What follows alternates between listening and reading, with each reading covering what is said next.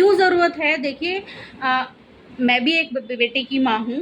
अभी तो क्या है कि अब हम अपनी बेटियों को जब भेजते हैं, मैं मेरे से जो बड़े हैं या आप लोग उन लोगों को फ़ील करो जो लड़कियां कॉलेज जाती हैं या जो जॉब पर जाती हैं, उनके माँ बाप की सिचुएशन क्या होती होगी जब तक हमारी लड़कियां हमारे घर में नहीं आती हैं, तो क्या सिचुएशन होती होगी।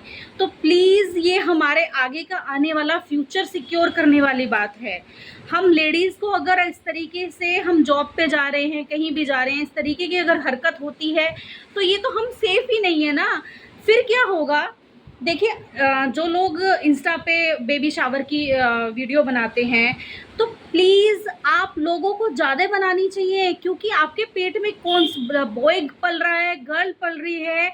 अगर गर्ल पल रही है तो क्या वो कल उसका फ्यूचर ब्राइट है? क्या आपने सोचा है इस चीज़ के बारे में? नहीं सोचा है।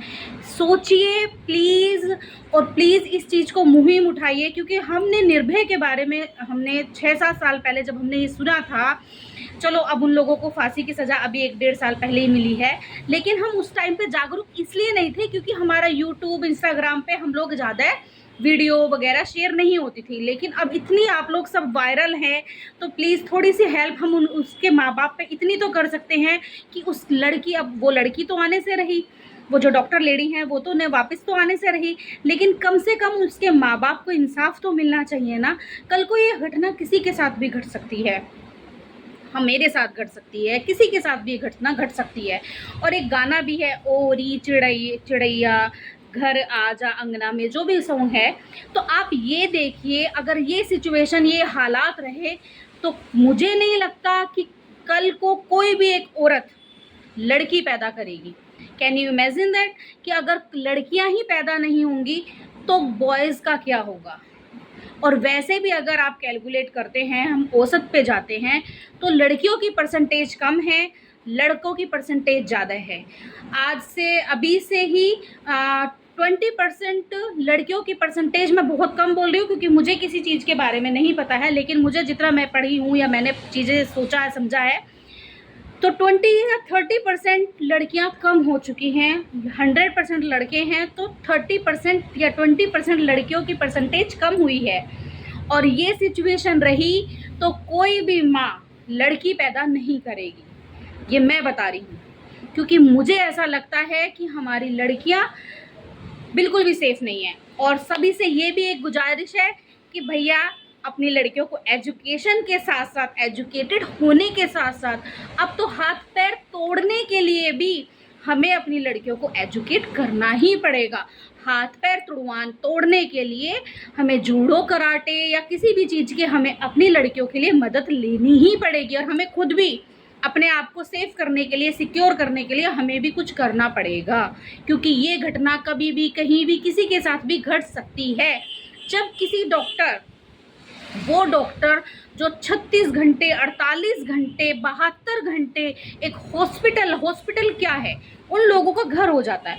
अगर वो अपने घर में ही सेफ नहीं है या अपने हॉस्पिटल जैसी जगह पे भी सेफ नहीं है, तो लड़की जाए कहाँ, कहाँ सेफ हो? आप ये बताओ। घर में रहना, बस रह के, कुछ लोगों का होगा घर में रहो ना, क्या करना है, क्या करने की जरूरत है। अरे नहीं भाई, हम लोगों को भी आज़ादी है, हम लोग बाहर निकलें, हम लोगों का भी मन करता है, कभी कभी हमारा मूड ख़राब होता है, स्विंग होते हैं हमारे मूड्स, तो हमारा भी बाहर मार्केट जाने का मन करता है, हमारा भी मन करता है कि हम अपने लिए खुद शॉपिंग करें, हम ये करने जाएं, वो करने जाएं। सब कुछ हम आदमियों पे तो डिपेंड नहीं रह सकते ना, या हर वक्त तो हम आदमियों पे डिपेंड नहीं रह सकते ना। कभी हमें कोई चीज़ चाहिए और हम इंतज़ार करें, मान लो एज ए सपोज किसी का हस्बैंड 15 दिन में या 20 दिन में बाहर जॉब से आता है, फौजियों की वाइफ है, क्या वो काम नहीं करती हैं? सारे काम बाहर के वही तो करती हैं। अगर वो अपने फौजी हस्बैंड पे डिपेंड रह जाएं तो वो तो साल 1.5 साल तक बेचारी घर से बाहर ना निकले। जहाँ बे हस्बैंड बिठा के गया, जहाँ घर हस्बैंड, या 1 साल का क्या हस्बैंड राशन पानी, घर में कपड़े, बच्चों को पढ़ाई लिखाई का सारा काम अरेंजमेंट करके जा सकता है? नहीं ना। तो लेडीज़ को तो निकलना ही पड़ता है। लेकिन प्लीज़ सभी से हाथ जोड़कर रिक्वेस्ट है, क्योंकि मैं तो इतनी फेमस हूँ नहीं, लेकिन मैं आप लोगों को, इंस्टाग्राम वालों को और फेसबुक वालों को जो फेमस हैं, वो प्लीज़ उस लड़की के लिए जितना भी आप लोगों से हो सके प्लीज़ उसके पेरेंट्स को हेल्प करें। हम लोग उनको सहानुभूति भी अगर देते हैं तो वो बहुत थोड़ा सा काम है, क्योंकि जिसका बच्चा गया है, जिसकी लड़की गई है, वो उनसे पूछो कि कितना बुरा दर्द है, कितना दुख है उन लोगों की आत्मा में। इमेजिन नहीं कर सकते आप लोग इस दर्द को या दुख को, मैं भी नहीं कर सकती। लेकिन सीरियसली मुझे बहुत ज़्यादा, जब से मैंने ये बात सुनी है ना, तब से मेरा दिमाग ख़राब है।